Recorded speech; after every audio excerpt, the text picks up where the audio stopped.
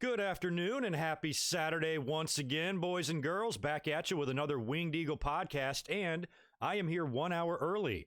I have a busy night at work tonight, and I almost thought I was going to reschedule this for tomorrow, but as it turns out, I just need to come up here an hour early, and we should be able to pack everything in the next 90 minutes in this episode. We got a lot to get into today, all sorts of stuff. It was kind of a so-so light news week, but still plenty to talk about, and the same with the wrestling. You know, some shows were okay, some shows were bad, and some shows were really good this week, so we'll talk about all of that. A lot of predictions and pay-per-views coming up. We've got Revolution, Super Showdown, and Elimination Chamber literally in the next 3 weeks, I believe, or 2 weeks. So we're going to be predicting Super Showdown, which is live this Thursday morning on the WWE Network. And then we have Revolution coming up a week from today. So I'm going to get into my schedule for this week and what you can expect from me, and we'll talk about all of it. So anyway, first of all, sound check. I had a mic issue last week for the Winged Eagle. I do sound a little quiet. Yeah, I do sound a little quiet, but I was trying to work that kink out from last week. I'm afraid if I turn it up too loud, it'll be too much feedback or static, and I don't want to fuck that up. So hopefully, with a little twist of your dial, you can hear me just fine. But the audio made me so mad last Saturday that I didn't even post the audio because I'm like, son of a bitch. I mean, most of you didn't even notice, but I noticed, and it pissed me off. So anyway, sorry for that technical difficulty last week, but we should be good to go this week in terms of how you can hear me. I just hope I'm not too quiet. So, the schedule for today, we're going to talk about wrestling news. We're not going to really touch on Monday Night Raw, only one aspect of Monday Night Raw that I want to talk about. And other than that, I won't be mentioning Raw because I did a whole review on Raw this past Monday. We'll talk a lot about NXT and AEW Dynamite. Really big, fun week this week, and in my opinion, AEW kind of dominated. So wait and stay tuned for my thoughts on that. We'll talk about last night's SmackDown. We'll preview Revolution, and like I said, we'll talk about Super Showdown coming up this Thursday, and I've got my entire predictions for that. My schedule this week is going to be as follows. So you're getting me now, obviously, for the Winged Eagle. I'll be up here Monday night, as usual, as well, for the Monday Night Raw rundown and review, and that could be a good place to stick the Super Showdown predictions, but I thought it might be better and more fun to add it to this episode because, you know, like I said, my notes were kind of light. So we'll probably, you know, touch more and elaborate more on those predictions on Monday, but you're going to get most of them in this episode. Then this coming Thursday after Super Showdown, I don't think it's going to be right after the show. It's going to be couple of hours after Super Showdown. I'm shooting for 3 p.m., just like the same time I usually do the Winged Eagle podcasts. So this Thursday, 3 p.m. Pacific, that'll be what, 6 p.m. on the East Coast. I'll be up here for my full Super Showdown results and review. It'll probably be an off-camera podcast. I got a busy day that day as well, and I'm going to be going to work, and I might be tired and whatever, so I might just do that one podcast style, do that one off-camera, but in the Super Showdown results video on Thursday, I'm going to include AEW Revolution predictions because we have Revolution coming up a week from today. So next week's Winged Eagle podcast, because I still haven't really figured out how to work this yet with the AEW schedule and their pay-per-views, it's going to be a primetime podcast. It's basically going to be a Winged Eagle, but it's going to encompass the results of AEW's Revolution, and we'll probably stick around and elaborate more on Super Showdown, talk about any other wrestling news going on. So it should be a fun, exciting stream Saturday night, 1 week from tonight. So keep a lookout for that. Bring some beer with you. We'll have a good time on Saturday. We'll discuss the pay-per-view, and hopefully, I'm expecting it to be a really good show, and hopefully we'll also have tons to talk about after that. So next Saturday night, party at my house. Be there. First of all, I want to say hi to the chat before I jump into Patreon shoutouts, and then we'll get into the news.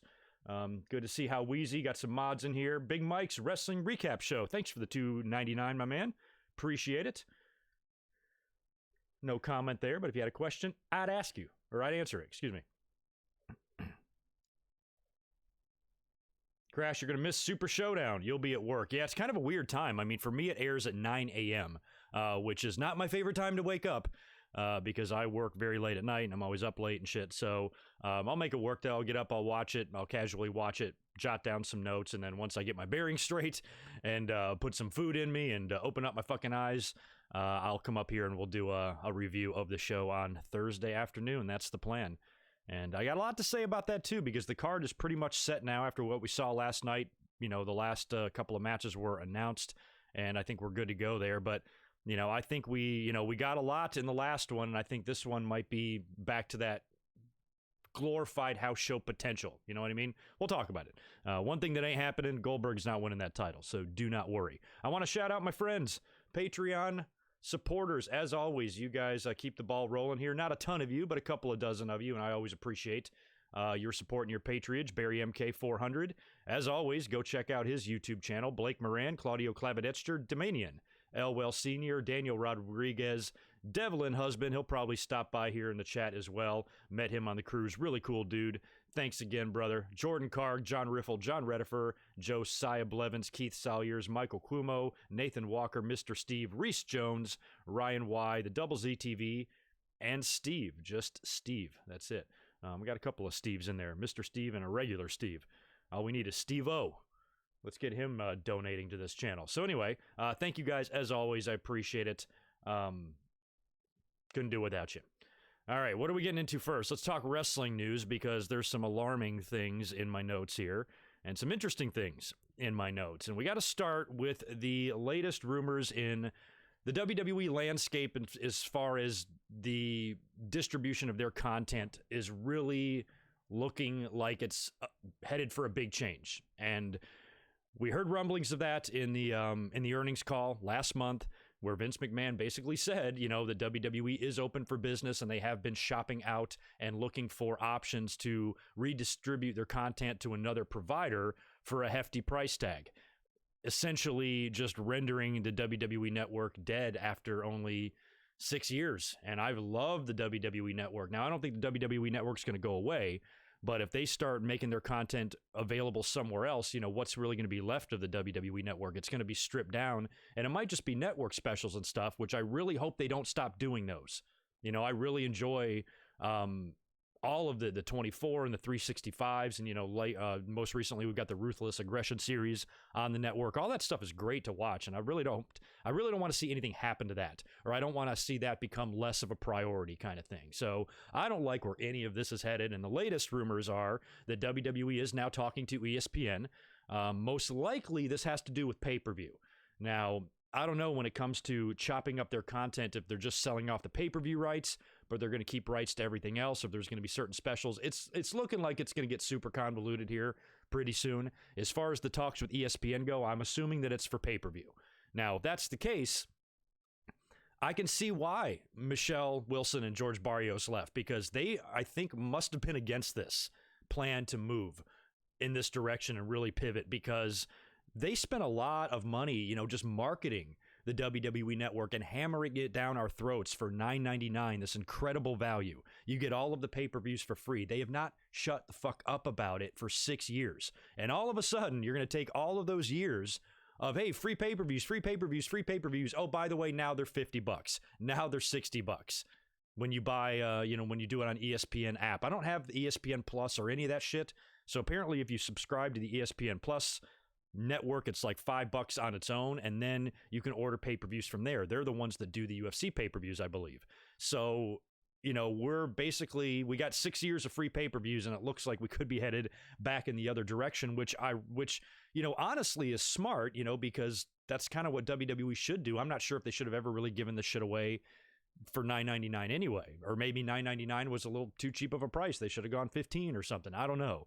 But now it seems like they're going back and forth, and the number one priority of this company is to turn as big a profit as possible. And in order to do that, you just have to do whatever you have to do, and that might include selling off your shit like everybody else does.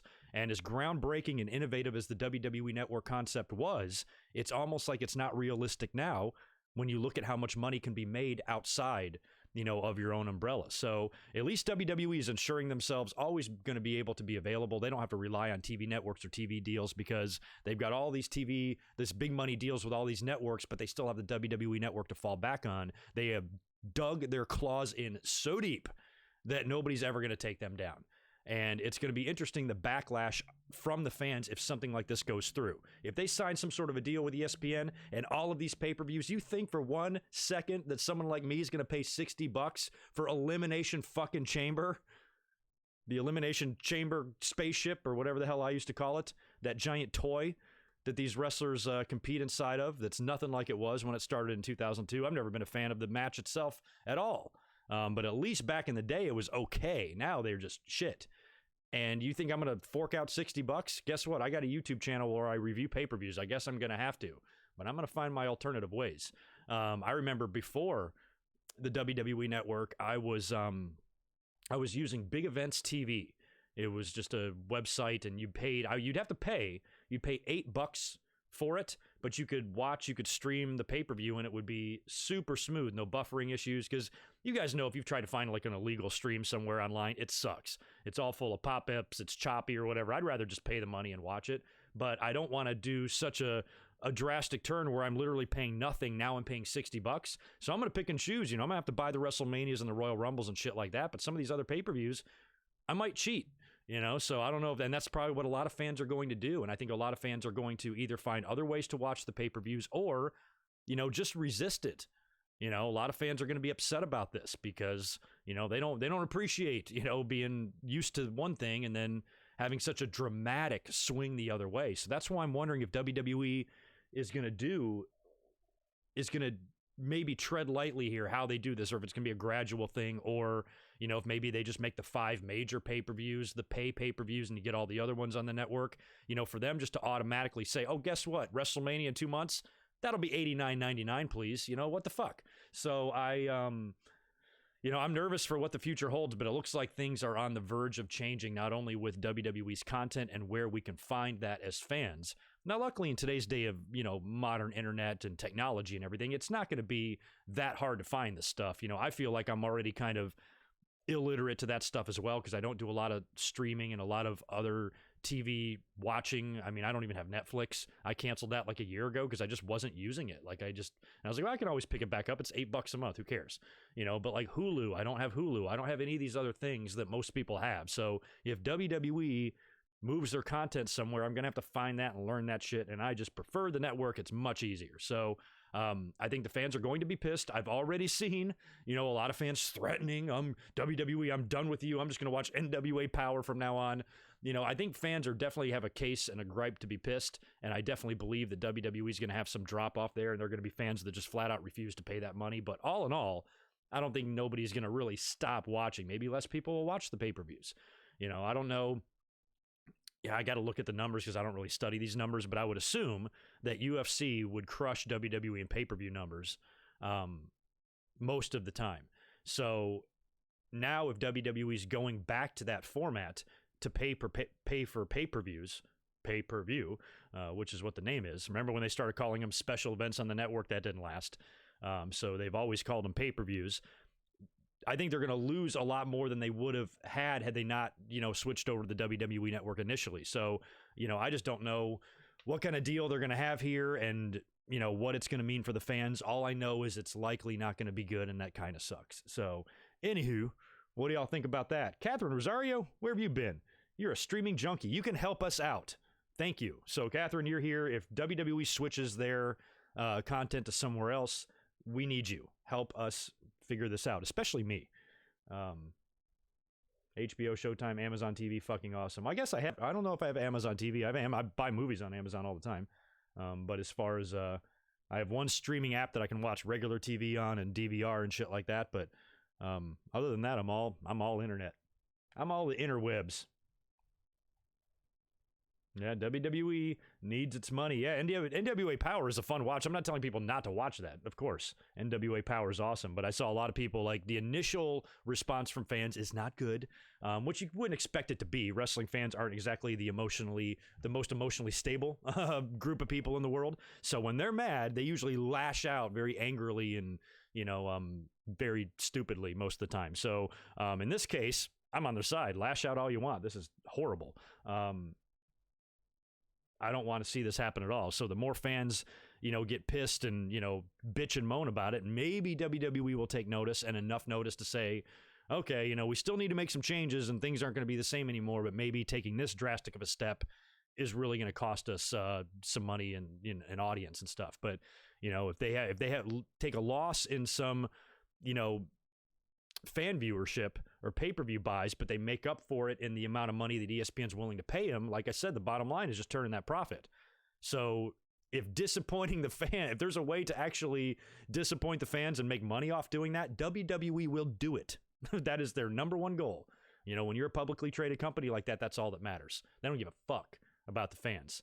That's second, third, fourth, fifth, sometimes 10th on the list. Right now, it's about making money. And if you come up with one of those unique situations where, okay, we're going to piss off a large chunk of our audience, but ESPN's going to give us $1 billion,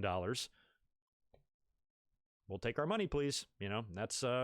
That's what happens. That's the way kind of business is, which really, really sucks. I wish WWE would have never taken their company public. I just wish it was still Vince and Linda and a handful of people running it out of Vince's house and the Stamford office. I mean, they're even switching offices. I don't know when that's taking effect, but they're in the process of moving, somewhere else into a much bigger and larger headquarters. So this could eventually lead to, like I said last week, potentially the entire company being sold off to Amazon or something like that. So, I'll tell you what, man, AEW actually probably did come around at just the right time before WWE, ceases to exist as far as what we're used to and, the way it's always been. Things are about to change, y'all. Like Owen Hart's theme song says, yikes, except I don't think enough is enough. I'm fine with the way things are. I don't want to see the WWE network go away and the way I watch pay-per-views change. But it looks like it's gonna. What can you do? All right, next thing on the list. This is the only thing I'm going to talk about as far as this past week's Monday Night Raw. We had a really fun live stream on Monday. Check it out. It's on my channel right now. It's the only other video I've done this week. You guys have not heard from me from Monday. I had a super busy week, and I kind of have a busy one next week too, but we're still going to be able to get everything in. So we talked a lot about Raw on Monday. We did a lot of Mania speculation as well, and there was like 4 different things we speculated on. So I invite you to go back and check out Monday's video. We talked a lot about WrestleMania and 4 big title matches: Rhea Ripley and Charlotte, Becky Lynch and Shayna Baszler, Drew McIntyre and Brock Lesnar, and most likely Roman Reigns and The Fiend. When you look at the Elimination Chamber field that was announced for Raw for the women, and you look at who's in it, Shayna Baszler is your only option there.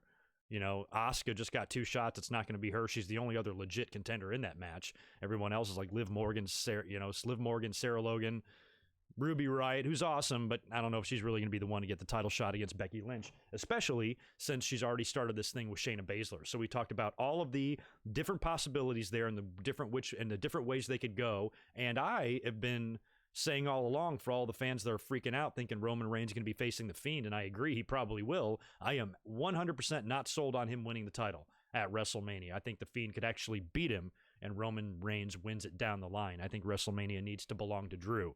And we also talked about kind of the backwards booking and build so far, something that I haven't really liked with Charlotte and Rhea Ripley and Shayna and Becky, because both times in those feuds, the women still had ongoing issues that weren't resolved yet. Like, Rhea Ripley challenged Charlotte, but Rhea Ripley had a match with Bianca Belair coming up at Portland. So why are they pulling the trigger? Why are they planting the seed for this now, when they could just have Rhea Ripley beat Bianca Belair in Portland and then show up on Monday Night Raw? Like, wouldn't that made more sense than the way they did it? Luckily it worked out because Charlotte wasn't giving her an answer. She was waiting to see who won the match. She was acknowledging that Ripley has a title shot. Hey, you might not even be champion. Let's wait and see. So they covered their asses there, but I still thought you didn't even need to do that. You could have just had Rhea do her thing and then show up on Raw. Still plenty of time of before WrestleMania to build this on TV. Plenty of time. Same thing with Shayna Baszler. She came out on Raw, attacked Becky Lynch, bit a chunk out of her neck, and then they announced her for the Elimination Chamber match. The winner gets a shot at Becky. But it's going to be Shayna. Oh, excuse me. Just bumped my desk. It's going to be Shayna. So they should have just put her in the Elimination Chamber match somehow, have her win that, and then the next night on Raw, take a chunk out of Becky's neck. So basically it felt like Rhea Ripley versus Bianca Belair was pointless because you knew what they were going to do. I mean, there was the off chance it could be a triple threat and Bianca Belair could be involved, but I didn't see it. I thought it was going to be Rhea and Charlotte, and now it looks like that's the way it's going to be. Rhea Ripley put down Bianca Belair clean in that match. And I know Bianca challenged Charlotte on NXT. We'll talk about that in a few minutes, but I still don't think, I think we're going to get a one-on-one between those two before WrestleMania. I don't think Bianca's going to be inserted into that and become a triple threat. If she was, I don't think she would have lost clean. So I felt like that match was pointless because we knew the outcome. Elimination Chamber, same thing. Shayna is going to win, so why do the match? At least keep us guessing a little bit. At least I would have liked to see it like this, because you still have to get Shayna Baszler on Raw. So maybe you announce, I know it's coming up in a couple of weeks, but you announce the combatants slowly on TV, maybe one at a time, two at a time, and then the very last entrant, okay, we got one spot left open in the Elimination Chamber. It's going to be so-and-so versus a mystery partner.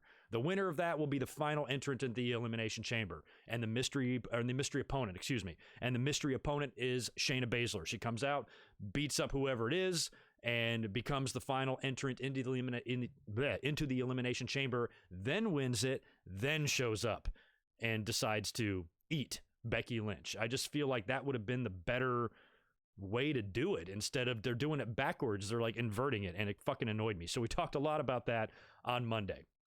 And we also talked about the big Randy Orton and Matt Hardy segment on Raw that was supposed to be a match.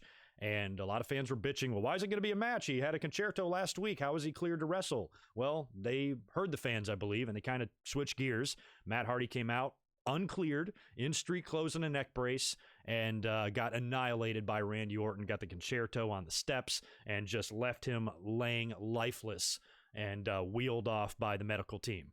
So just yesterday, Matt Hardy, because we've been talking about Matt Hardy's contract being up on March 1st, and he's likely going to be going over to AEW. At least that's what it feels like, unless this is the swerve of all swerves, and he has quietly re-signed with the company, and he's going to be reappearing on TV. So it felt like this was going to be a write-off for him. It felt like he was written off TV the week before. And WWE decided to bring him back one more week to what a lot of fans thought was a burial. I did not. I was liking this the whole time. A lot of people are like, oh, God, WWE's going to take a shit on Matt. I don't think so. I think this was an okay way for him to go out. I don't think it was, Matt looked brave in the attempt. He came out there crippled and handicapped and still wanted to fight Randy Orton, one of the most dangerous men in wrestling. He looked more brave than humiliated in my mind. So I didn't really mind that, if he's going to be leaving and going to AEW, of course he's going to get killed on his way out the door, just like Moxley did and just like a lot of people did. And that's the way it's always been in wrestling. So I don't think WWE did Matt Hardy any sort of a disservice here.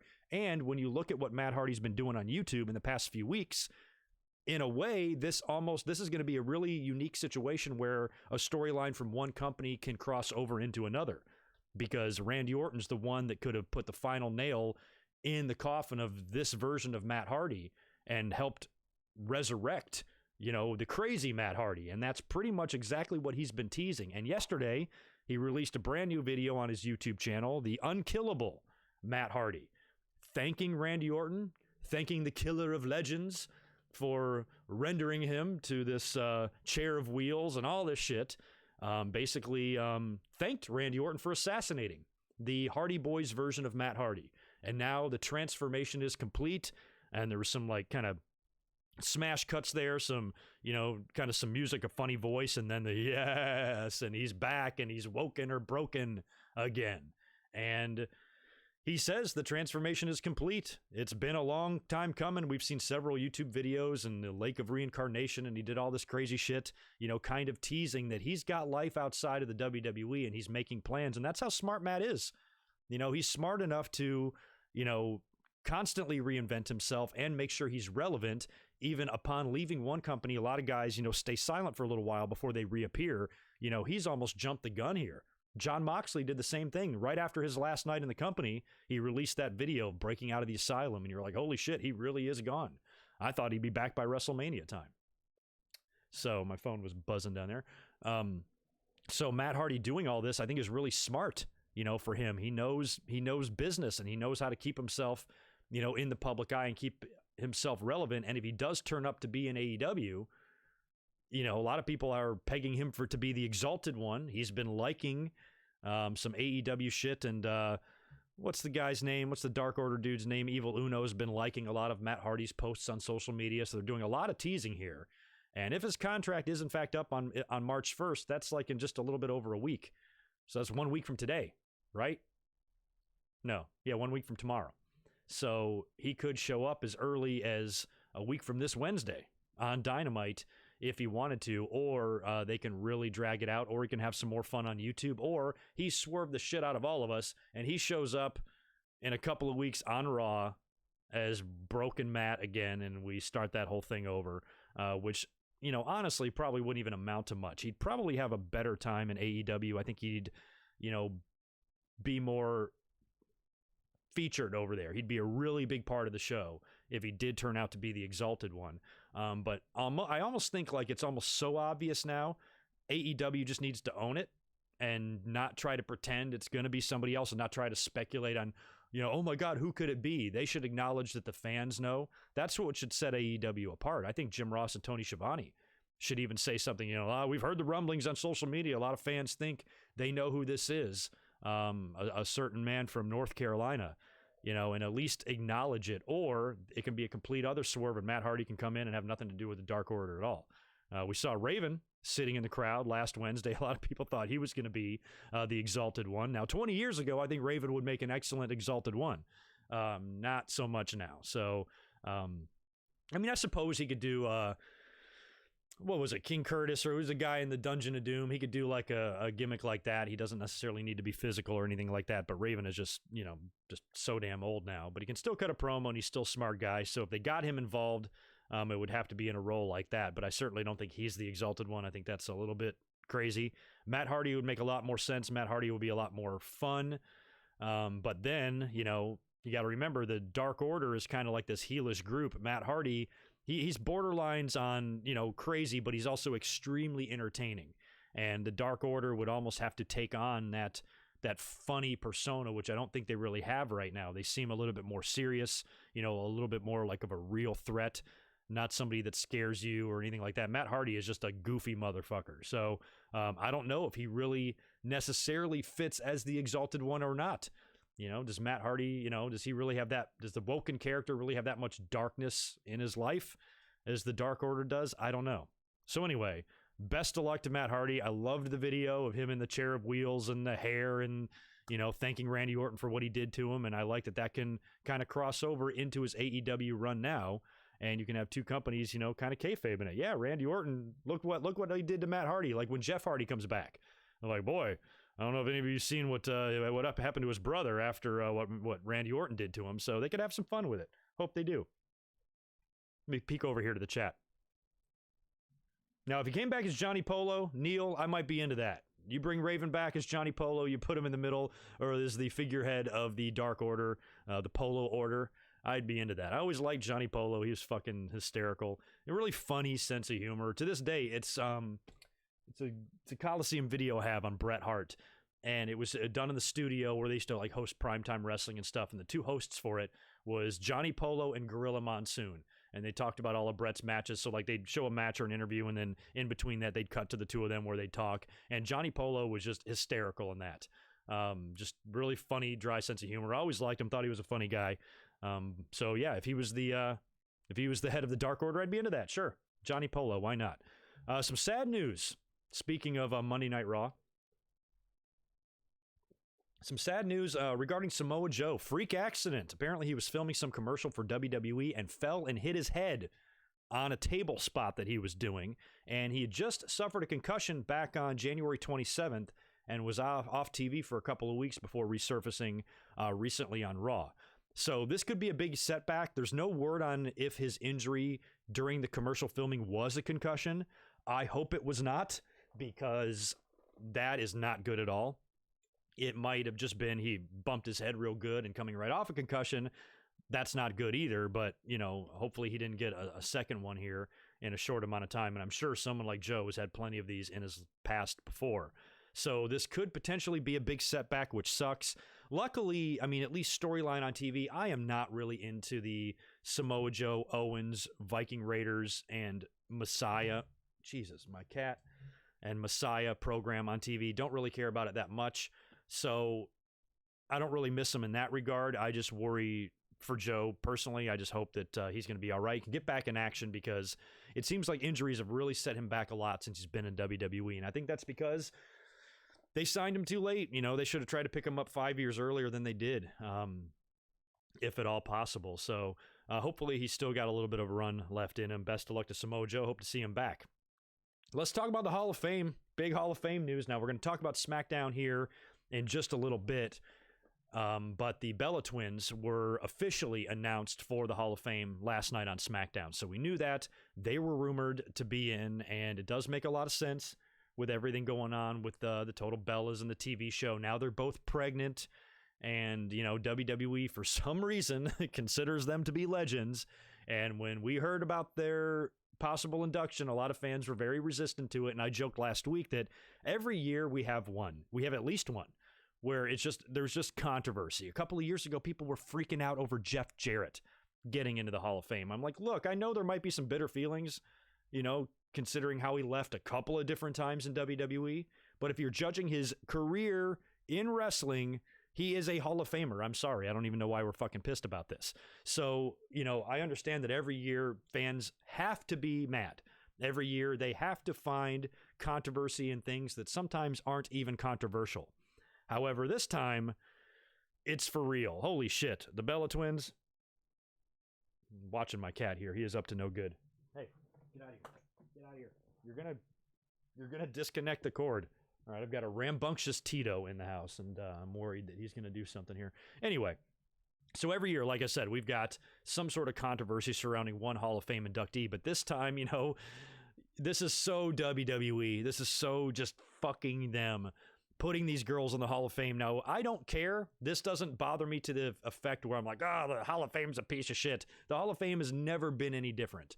It's always been the same. It's just a bunch of people in a room throwing out names, and then they just do a yay or nay. So, you know, sometimes you get in, sometimes you don't. One thing I've always refused to do in recent years, and I've talked about this a lot in the past few years, is that I'm not one of those people that gets uppity when somebody's announced for the Hall of Fame, and then all the fans want to do is say, what about so-and-so? Yeah, what about this person? What about this person? And they're not wrong. They all deserve to be in the Hall of Fame, but no great injustice has been done here. It's just WWE doing things at their own pace, when they feel like it, when it's convenient for them to put somebody in, or when they feel like it's time. And a lot of people get left in on the back burner.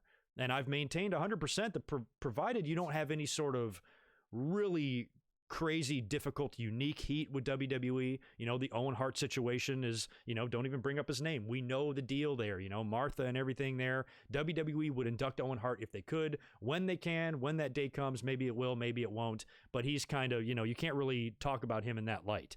But other people, you can. Like Bam Bam Bigelow, like the British Bulldog, like Rick Martel, like Brian Pillman. Lots of guys that just haven't made it in yet. And the biggest one is actually a female.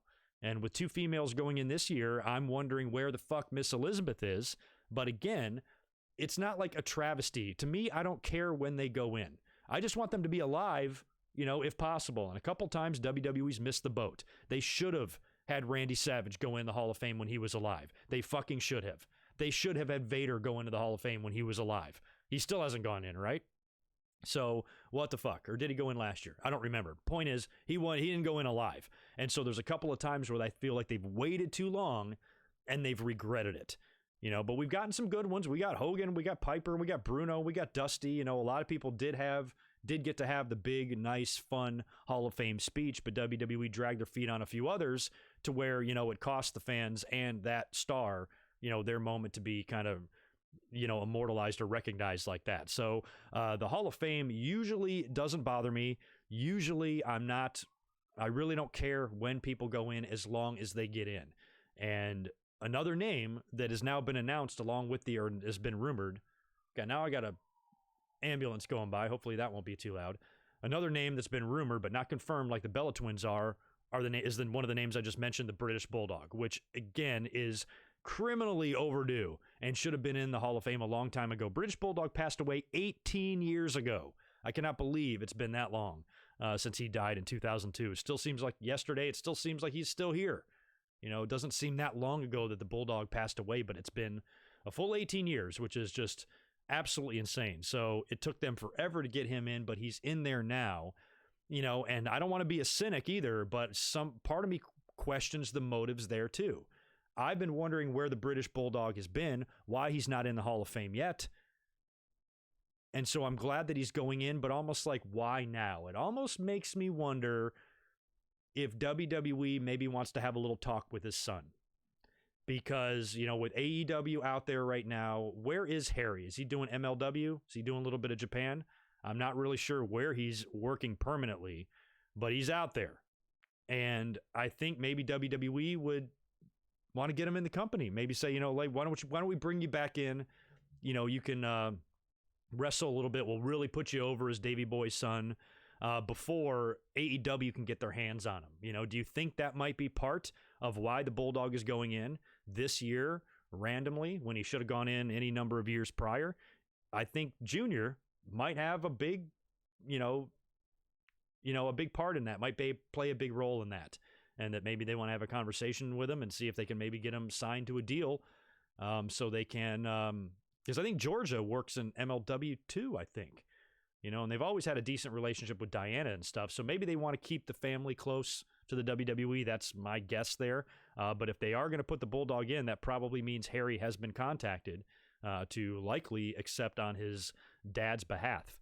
And, he's close with Natalya and everything. And we could see him maybe come back to the WWE. What do you guys think? I think it's possible.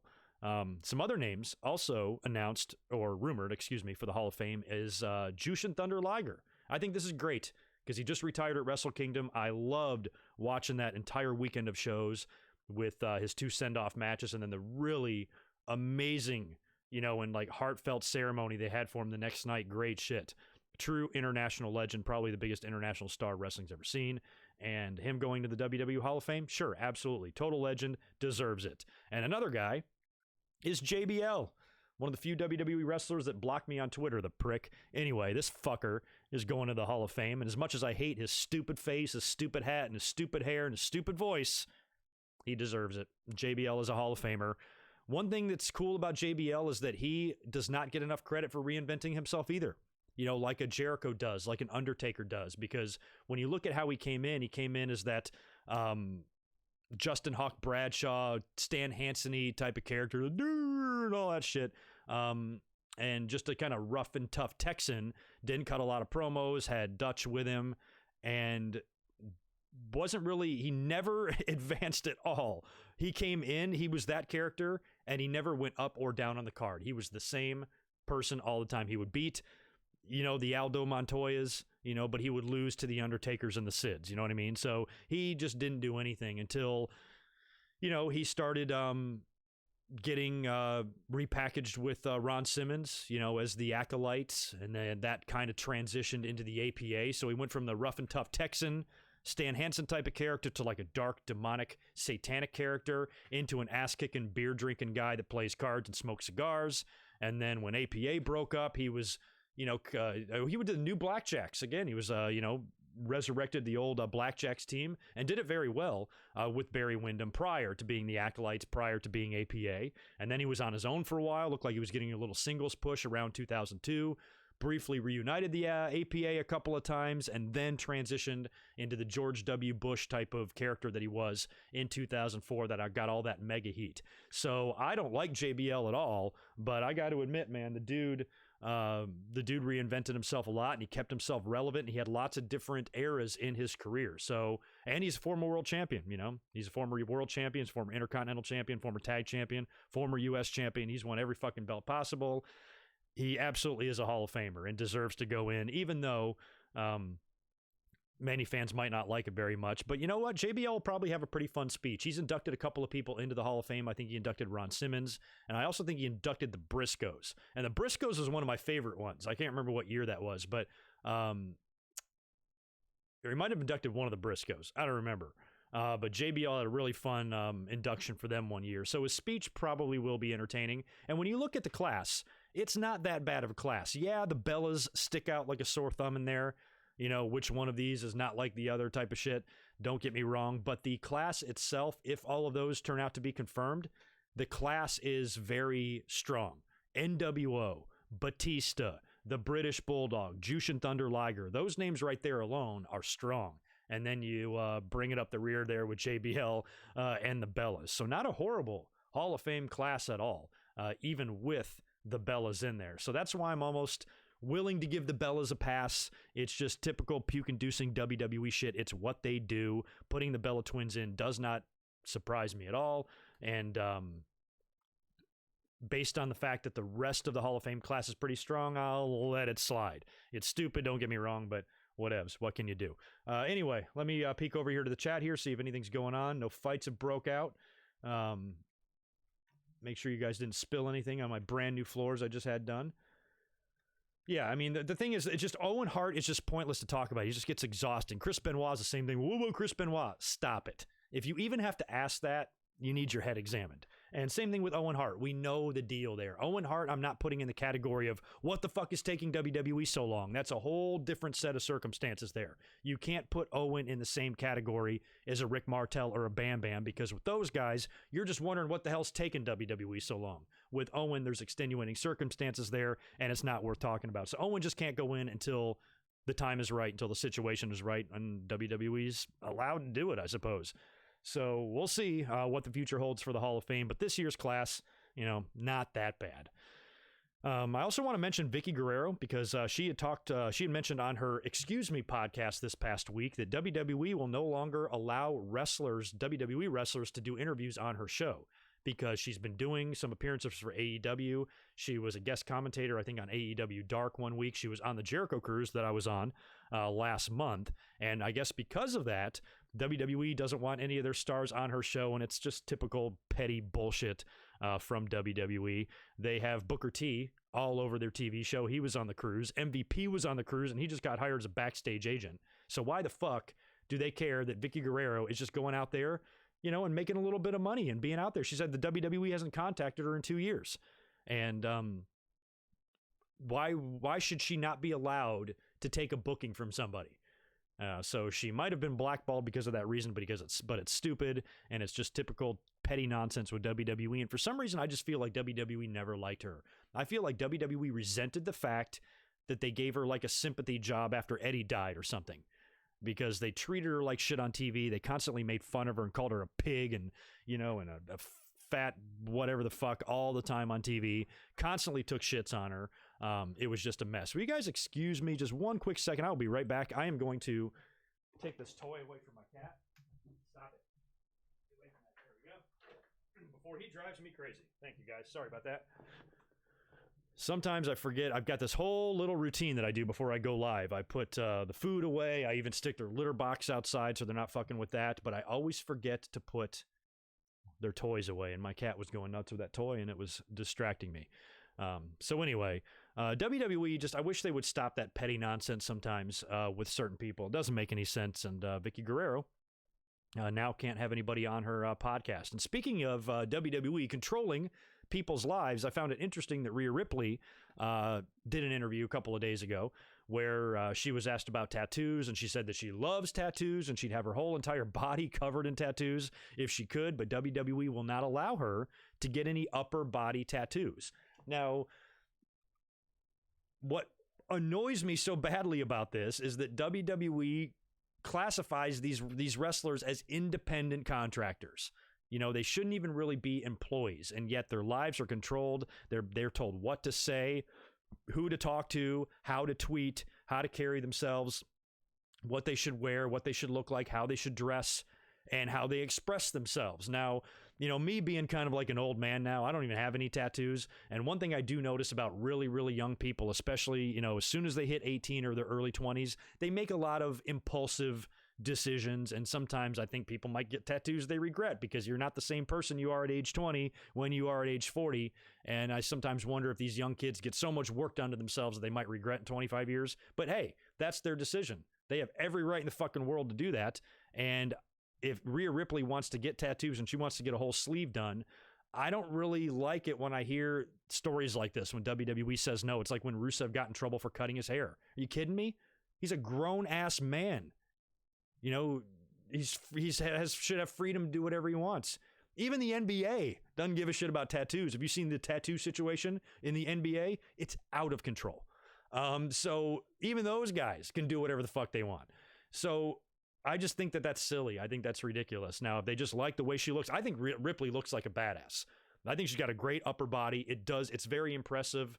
Maybe WWE feels like tattoos wouldn't look so good on her, but I don't there's something that just really rubs me the wrong way about WWE telling someone what they cannot and cannot do with their bodies.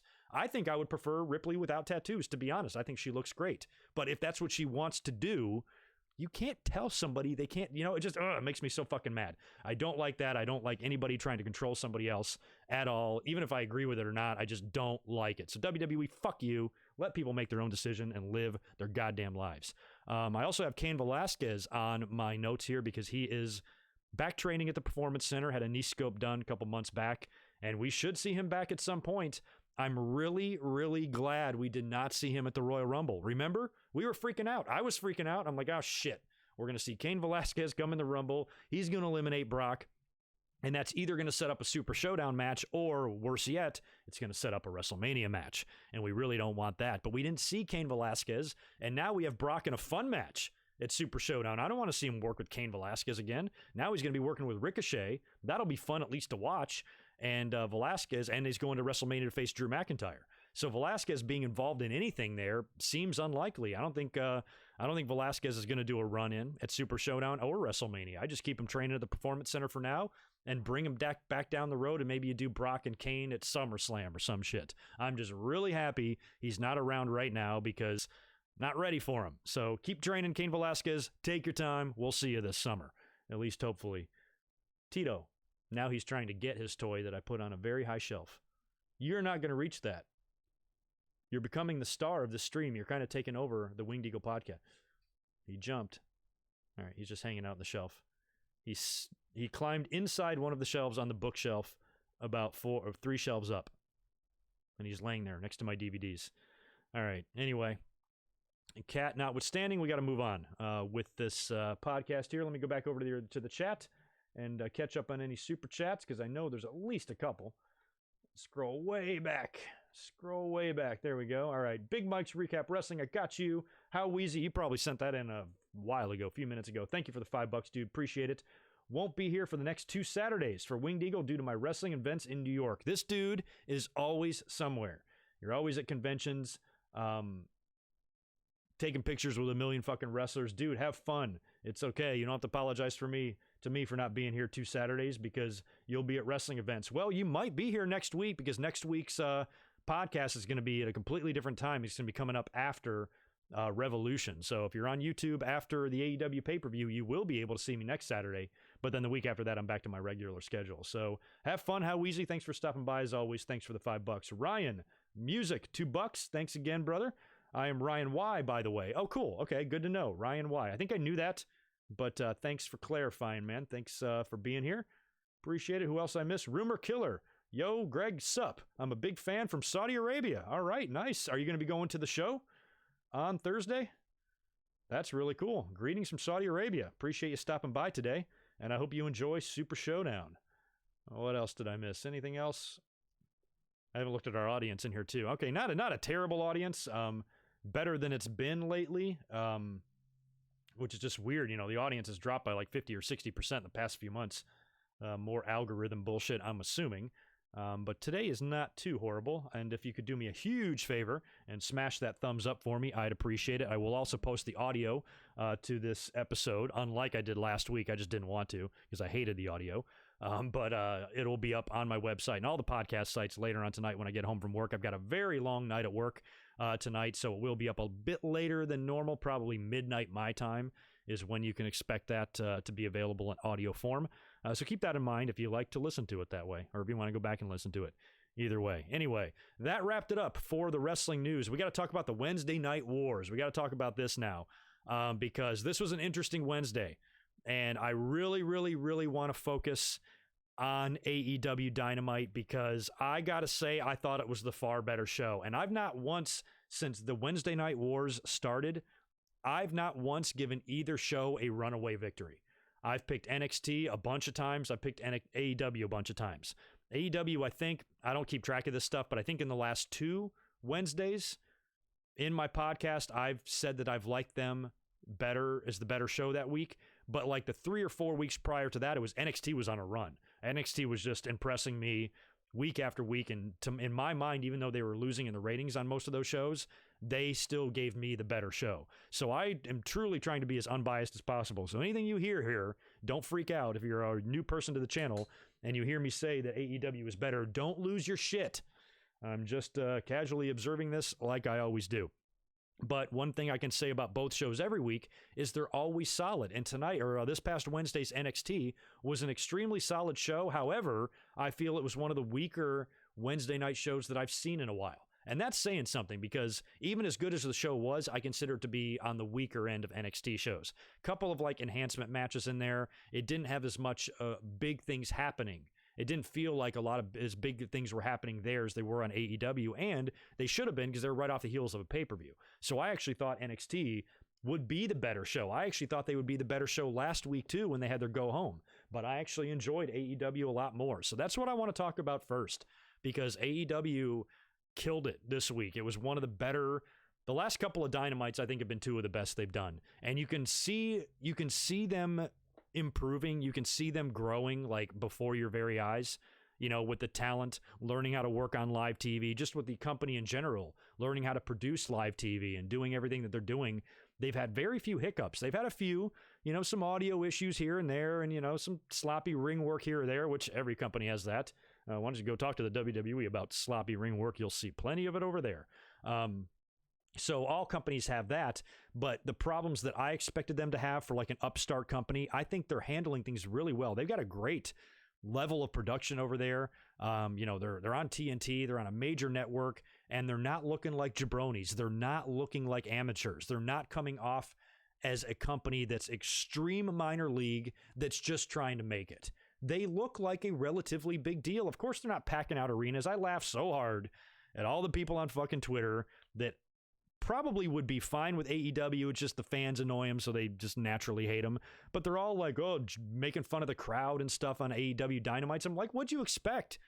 WWE tarps off sections of shows every single week. You know, there's barely anybody attending Raw or SmackDown. People make fun of SmackDown and Raw audiences. So you think AEW is going to do better than that? Fuck no. They're a brand new company. I think their attendance is pretty good for a company that started in August or October, excuse me. You know, yes, they're not going to rent out a 15 or 20,000 seat arena and sell it out. And maybe if it's a pay-per-view, they will. They do great numbers for their pay-per-views. But as far as their weekly TV, they're going to set it up just like WWE does.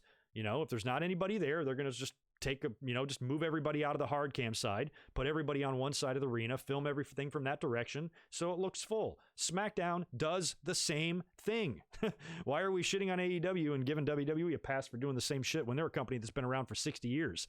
This company's been around for 140 days, you know, and it's pulling in, I think, some pretty decent numbers. And I think you're going to grow, not like decrease, you know, so I think AEW in time, you know, provided they just keep doing their thing, you know, we'll see the audience grow. And I don't think their attendance is really an issue. And I think Dynamite, I would much rather have AEW rent out smaller arenas anyway, because I think it looks really good on TV if you hold your event in like a 3,000 or 4,000 seat arena or 5,000 seat arena where you could potentially sell it out. And if you don't, it still looks pretty damn full. So I'd rather see them just be there, but sometimes I see them in arenas that just seem way too big for them. And then that gives the fans ammunition to take a shit on their attendance, when I don't even think the attendance is that horrible in AEW. I think, and the crowd is always hot for most of the stuff. This past week on Wednesday, it was an amazing night in Atlanta. I had a great time watching the show. So it opened up with the tag team battle royal. All the top contending tag teams were involved in this thing. The winner is going to face Kenny Omega and Hangman Page. Well, at the time, they were going to face the winner of Hangman and Page, or Hangman and Omega and the Lucha Brothers. They were going to face the winners of those at Revolution. So, as we would see later on, and I'll talk about that, Omega and Page retained. So, they are now going to be taking on the winners of this Battle Royal. Lots of crazy spots in this. I felt like there was some parts that it lacked in execution, but I think the match was put together well and made to be really exciting, especially when Nick Jackson got eliminated, leaving Matt Jackson in the ring for a long time by himself. And he would eventually, you know, we would see what he would wind up doing. I like the fact that you had one guy in there for teams, battling, and sometimes it's up to one guy to win this whole thing for the team. So I did like that aspect of it, and they did have some fun eliminations there, some stuff with Lucha Express or Jurassic Express, excuse me. Probably up there with the best super kick spots in professional wrestling history. Sammy Guevara, top rope, jumps off and just eats, I think, a double super kick from the Young Bucks, just turns him, folds him inside out. I don't know how he survived that. It's really up there with the Shawn Michaels and Shelton Benjamin super kick from Raw. Very similar, pretty much the exact same thing, and about equally as good. People are going to automatically, instinctively say, oh no, Shawn and Shelton's was much better, 100% better. No, not really. Shawn's and Shelton's was awesome. It was fucking awesome, and I'm also always going to be partial to that original one, but watch that one that Sammy Guevara took. It popped me. That gave me like a neighbors are going to call the cops pop. I was like, whoa, so somebody heard me screaming during that spot, and I was really worried about Sammy, and super happy to see him show back up later on in the show without a scratch on him. So he survived that, but damn, what a gnarly spot. But anyway, like I said, Nick Jackson gets eliminated. Matt Jackson's in there all by himself. Eventually winds up winning. He's in there at the end with, I think, Proud and Powerful, and winds up eliminating both of them and winning the match for his team. So the Young Bucks are your new number one contenders there. They're going to face Hangman Page and Kenny Omega at Revolution for the tag team titles, and they've been teasing the shit out of this ever since Omega and Page won the belts, and Hangman is just kind of off doing his own thing. He's drinking the beer. There's tension in the Elite. We've seen a lot of miscues between Omega and between Page, and it just feels like eventually this is going to implode. There's also tension with the Young Bucks and with the rest of the Elite, and now these guys are forced to face each other. I thought this match would naturally happen. I thought there would be so many arguments backstage that tensions would just boil over and a challenge would be issued and a challenge would be accepted. I don't even think you really needed the Battle Royal to do this here. You could have eventually gotten to it, but this probably ties more into their long-term booking here and having Matt and Nick being forced to face Omega and Page, and yeah, we're friends, but we're going to have a nice friendly competition for the titles.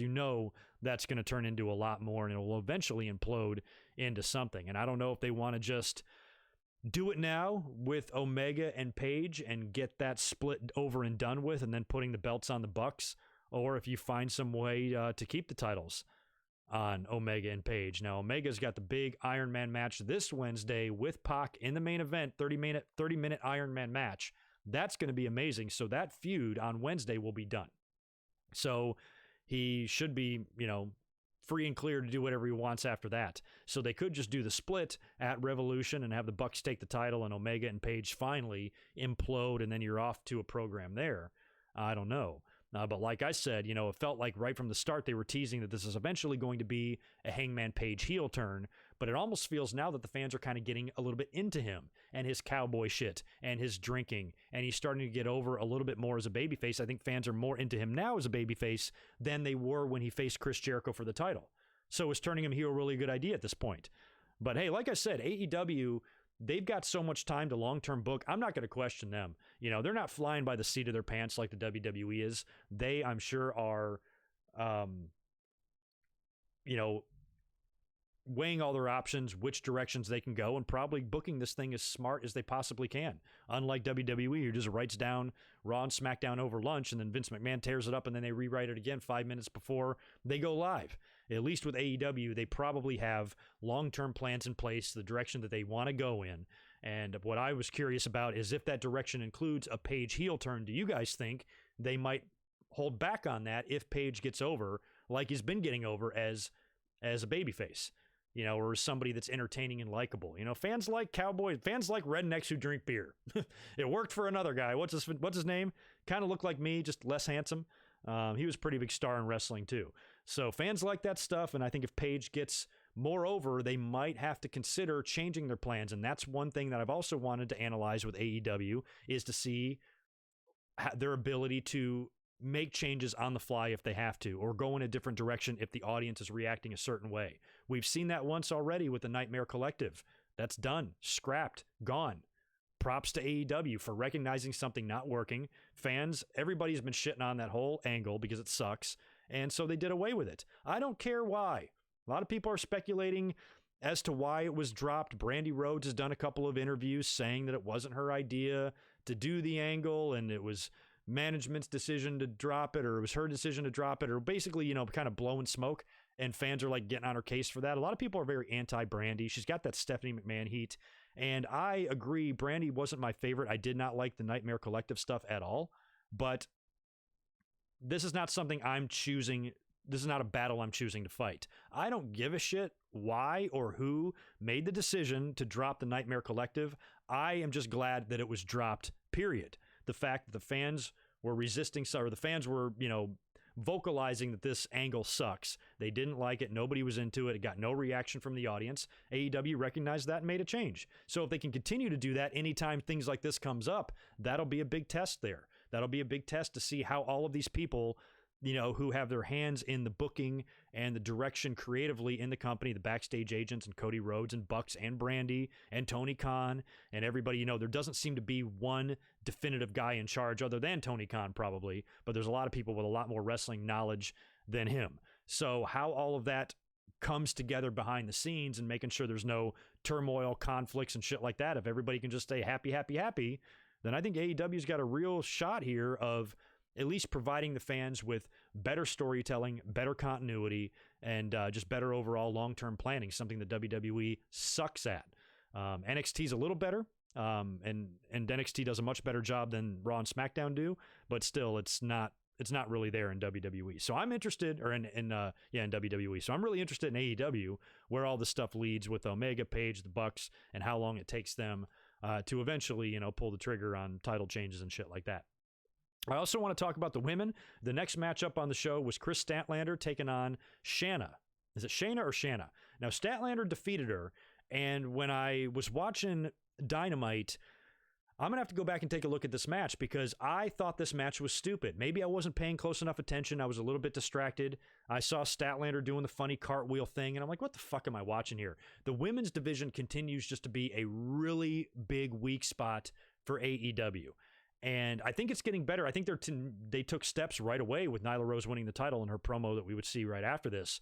They're taking steps to improve that. And that's another good thing about AEW. If they recognize a weakness, they need to try to improve it. So they're totally trying here. But I didn't really enjoy the Statlander and Shanna match. But when I mentioned that on Twitter, I put a whole bunch of thoughts up on AEW. It was all praise. It was praise, praise, praise, praise, praise. And at the very bottom, I just put the women's division still needs work. Nobody got on my case for that. That didn't even piss anybody off. But a few people said, hey, I really like the match. And then I listened to a couple of other podcasts, and a couple of people praised the Statlander-Shanna match. So I need to go back and watch it because for some reason in my head, I thought it sucked. It looked clunky. It looked botchy. I didn't understand the cartwheel stuff. I know Chris Statlander's an alien, but that's stupid. And I just thought the match was kind of like, ugh. I didn't like it, but I might be wrong. I got to go back and take a look at it. Maybe it isn't as bad as what my brain is remembering. So who knows there? Either way, I still think the AEW women's division does need some work. But right after this, we saw Nyla Rose come out to cut a promo. She won the title last week. Very aggressive, very angry in her promo, the complete opposite of Riho. As much as I liked Riho, I think one of the problems with her is she was never involved in like a main storyline. Because she's just little sweet Riho. She doesn't even fucking talk or say anything. She had a lot of different opponents on TV, but she had no program, no feud, no issue, no conflict, nothing like that, no story to tell. She just had random opponents she would win most of the time. And Nyla Rose has not lost since losing to her for the title when they crowned her the new champion. And looking back, I think it was probably just AEW playing it safe. Look, let's put the belt on Riho. Maybe, it's going to be a controversial thing when Nyla Rose wins the title. Just ask Val Venus. So maybe AEW just wasn't ready to deal with that right upon their launch. They got enough shit going on. They don't need to deal with that from the fucking crazy half of the audience that's going to be all up in arms about something that doesn't fucking matter at all. So they just didn't want to deal with it. So now they felt like they were in a position where they could pull the trigger here. Nyla Rose has the title. She came out and cut a very angry, aggressive promo, pissed at everybody else for not congratulating her, and said that she's never going to lose again. She's only going to be a one-time champion because nobody's going to beat her. Statlander, who was kind of coming back from her victory, she shows up. Big swole comes out. Big kind of pull apart for the three ladies there. So you can tell that the women's division has taken a dramatic turn here. So when I say it needs work, at least it looks like they're trying because it's taken on a completely different identity than it had a week before. A week before, it had a quiet champion who you kind of forget about until she has a match.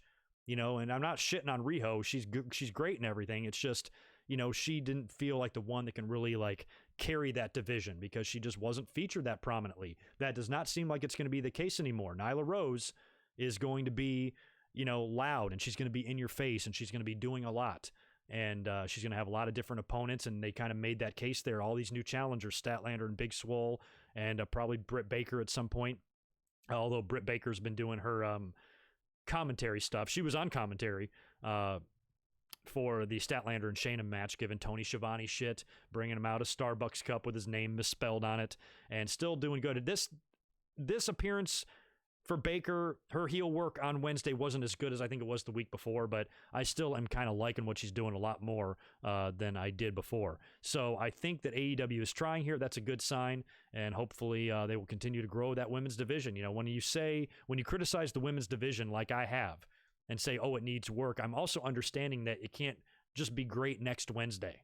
It's going to be something they have to build to. My cat, Tito, get down. God. My cat is trying to climb on my mantle, and I can't do anything. He's got me handcuffed here. I'm in the middle of a live stream. I can't throw anything at you. I can't knock you off. I can't do nothing. So, when it comes to improving your women's division, it can't happen overnight. You got to work on that, and I'm willing to give AEW a chance. So if next Wednesday is not the greatest women's division of all of wrestling, that has to be understandable. You have to slowly get better at this. WWE right now really has the market cornered on the great women. Not that there's not great women available out there. There most definitely is. But look at the talent in the company, of the women's division, WWE, NXT, Raw, SmackDown. There are so many good female wrestlers in that company right now. There's almost like no one left to pick and no one left to choose from. For AEW, but there's names out there. They can get girls over on their own. They can build their own new stars, and I think that's what they're trying to do here. So I'm optimistic that it'll get better, but right now it's still probably the weakest part of AEW's television show. We had the Jeff Cobb wrestling debut up next. Now, apparently, as of the filming as of this past Wednesday, he had not officially signed any sort of a contract with AEW. He's doing a per-shot deal. He's still with Ring of Honor. So had he signed a deal with AEW, maybe this is not a match he would have lost, but it was a pretty good match. I mean, Jeff Cobb is really fucking good. Taz sat in on commentary for this. He's very familiar with Jeff Cobb, and he, of course, is taking on Moxley, who's got the title shot next Saturday. So I didn't really see either one of these guys losing. I thought it would be a DQ finish because Jericho came out there with Sammy Guevara, whose head is still intact, and I think Jake Hager as well, and they came out in the front row. They had tickets. So they sat right in the front row for the Moxley and Jeff Cobb match, which to me made no sense because they're in the company. This is not the first time we've seen this. AEW always has people in the front row. I'm like, don't they work there? Can't they just be backstage, or can't they just walk out there and be there without needing a ticket? Jericho and the Inner Circle are always up in the skybox. So now they're at ringside with a ticket. I don't even know why they would need a ticket. I just think if some of your talent wants to sit at ringside, they should be able to without a fucking ticket. Anyway, kind of nitpicking there. But they have a pretty good match between the two, and they do an interesting finish here where Jeff Cobb actually loses. He hits Jon Moxley with a superplex, but doesn't let go with the superplex, allowing Moxley to hook him into an inside cradle. 1, 2, 3, scores a quick out of the blue 3 count on Jeff Cobb, and before Moxley can even get up, the Inner Circle just pounces, swarms the ring, starts beating the shit out of Moxley. You had Dustin Rhodes come down. He got beaten up as well, and that's when the lights go out, and every time the lights go out in AEW, it's usually a disappointment. And I'm like, holy shit, who's this going to be? And then Darby Allin's music starts playing. And Darby Allin's been out of action ever since he got hit in the throat with the skateboard. He skateboards down the ring, attacks everybody, lays out Sammy Guevara with the skateboard. And we know we're probably going to get that match at Revolution. At least I hope we do. I suppose it's possible we could get it on TV. But Sammy Guevara and Darby Allin is going to be a fun match. A lot of people don't like those two guys because they're too small. Sammy Guevara looks like he's 17 and he's too cutesy, and Darby Allin, is a skinny weakling and shit. And I'm like, those guys are wrestlers, man. They're damn fucking good, and they're super athletic, and they're both super athletic, and that's going to make for a really fun match. What's the difference between Sammy Guevara or Darby Allin and someone like Lio Rush? It's fucking same thing. How much difference in weight can those guys really have? So I think if you put Darby Allin and Sammy Guevara in an NXT ring, fans would praise it. Put it in an AEW ring, oh, they're just cosplay wrestlers. It's just so fucked up. sometimes the fans' mentality. I like both those guys, and I am ready to see the feud for sure. So that whole segment was a lot of fun. The match was good. It did a great job of setting the table now for next Saturday. We got one more Dynamite left, which will be the go-home show and the final build between Mox and Jericho. And what do you guys think at this point? Do you think, I was under the assumption that Moxley would be a shoo-in to win the title in February based off of one interview that Jericho said a couple of months ago where he said he knew what he was doing all the way up until February, but that does not mean he cannot, negotiate to go on longer here or keep the title a little bit longer if AEW feels he's the right guy to hold it. Right now, he's got all that star power. He's carrying the company right now as that heel champion and doing a good job. Given Chris Jericho's age, someone like him can't hold the title forever. I worry it's only a matter of time before he gets injured and then he has to forfeit the title. You don't want that either. You don't want Jericho in a situation where he gets hurt and the first title change you have in your company's history is a forfeit. You don't want to do that either. So you want to tread carefully here. So what do? Do you pull the trigger and put the belt on Moxley? A guy who's, aside from Cody, probably is your most over babyface in the company right now. He's got name recognition, prior off of coming from WWE, and he's a guy that you can definitely trust as far as a guy that's been at the top already. He's been on the big stage. He's been a WWE World Champion. He's worked multiple WrestleManias. He's had a lot of big, high-profile matches on big stages. So in terms of a guy that's a locker room leader who can carry that title and lead the way, other than Jericho, he's up there with one of the guys I believe 100% can do it. So I think maybe I would put the belt on Moxley here, considering how much obstacle has been put in front of him. And if Jericho does retain, then what? Does Moxley go on to work with someone else, and then Jericho has a new opponent? And who would that be? If he doesn't drop it to Moxley, who's he going to drop it to? Are they going to wait this thing out until they eventually give Cody another shot? Or do you have Jericho drop it right now to Moxley and have them keep rolling? I don't know. I think it could go either way. I kind of felt like Moxley was going to win the title hands down at Revolution, but maybe Jericho continues to run at least past, WrestleMania season, even though it's two different companies, just the WrestleMania time, and maybe he still holds the belt in the summer. I think I'm fine either way. Jericho in the Inner Circle is super entertaining. One thing, too, I'm curious if they could do with Jericho in the long term, as you notice on TV now, Jericho is supposed to be, this big, evil, vicious heel that, stabbed Moxley's eye out with a metal spike from his jacket. So he should be hated by the audience, correct? But yet the audience is singing his theme song every time he comes down to the ring. So eventually it feels like that might be something they want to do more of, and maybe Jericho can go to being a babyface. We've seen this before, similar things like this before, like with the Nation of Domination and stuff. And, Four Horsemen, maybe Jericho loses the title to Moxley, and then he also loses the trust of the Inner Circle, and they turn on him, and maybe there's a new leader of the Inner Circle, and then Jericho's kind of a babyface or something like that. They might go in that direction down the road. I don't know. But I'm ready. I'm ready for the match. Yeah, and they've got, I see. Oh, yeah. Okay. They've got Double or Nothing coming back up in Vegas again, too, in May. That could be a good spot for a title change as well, if they can hold out and have Jericho hold the title for that long. So, yeah, I'm down for Double or Nothing as well. I got to get moving here because I'm starting to run out of time. I didn't realize that. As usual, whenever I only have 90 minutes, I always run long. But anyway, we'll wrap it up here. We got enough time to talk about this and NXT and SmackDown and shit. I mentioned the Kenny Omega and Hangman Page tag team title match earlier on. They were taking on the Lucha Bros, and holy shit, what a great match. This one was so fun.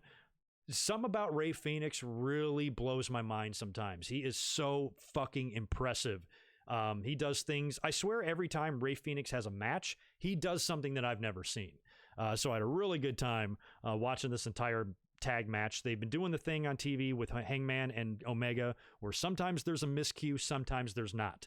And in this one, they did do a buckshot lariat miscue where Kenny Omega got smashed. He did wind up kicking out, though. Omega and Page recovered, wound up hitting the buckshot V-trigger combo for the win, and that gives them the official match now at Revolution against the Young Bucks, and the Young Bucks came out there to congratulate them as well for retaining the titles, and like I said earlier, that whole situation should be really interesting. The main event was, oh my God, holy shit, the main event was incredible between Cody Rhodes and Wardlow. And from the minute this match was announced, I was not looking forward to it because I did not think that Wardlow was going to be any good. Just based on the way he looked and everything, I'm like, he's just a big, badass, muscular guy who looks great in a suit and looks like a great guy to back up MJF. But I was for sure certain that whenever we saw this guy in the ring that he was going to suck. I just didn't think he would be very good. And now he's got to face Cody in a cage match, and I'm like, well, how are they going to get out of this? We know Cody's going to win. That part's predictable. He will get the match at Revolution against MJF. But so they're going to beat Wardlow in his first match, you know, this big monster or whatever. But man, did they pull this off brilliantly. Now, this is the first ever cage match in AEW history. And what I liked about it, it was a different looking cage. It wasn't, I thought it was just going to be the same. They were just going to copy what everybody else does and lower it from the top, and it was just going to look the same, but it really didn't. Number one, it was taller, a lot taller than most steel cages, and it came down all the way to the floor, almost like a Hell in the Cell, just without as big of a gap between the ring apron and the steel. You can kind of fall down there. I think they will use it because the cage was not bolted down or secured to the floor, so it was very flimsy. So there are going to be spots, I'm sure, where somebody's going to fall between the apron and the cage at some point because it does go all the way down to the floor. But the structure itself looked really good. The match was fun. Cody, of course, blades wide open, all over his forehead, blood everywhere. Wardlow, you know, looked great. You know, like I said, he was hitting all of his spots. When I was watching him, I'm like, man, this guy, I just thought he would suck. He was doing everything perfectly in there.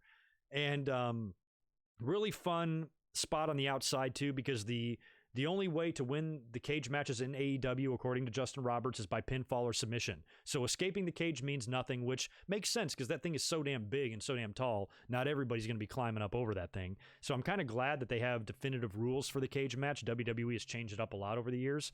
So it's pinfall or submission only. And at one point, the door opens and Cody is like, you know, Cody's head is sticking out the door and MJF is trying to get Arn Anderson to turn on Cody, something that I've been speculating on for a long time.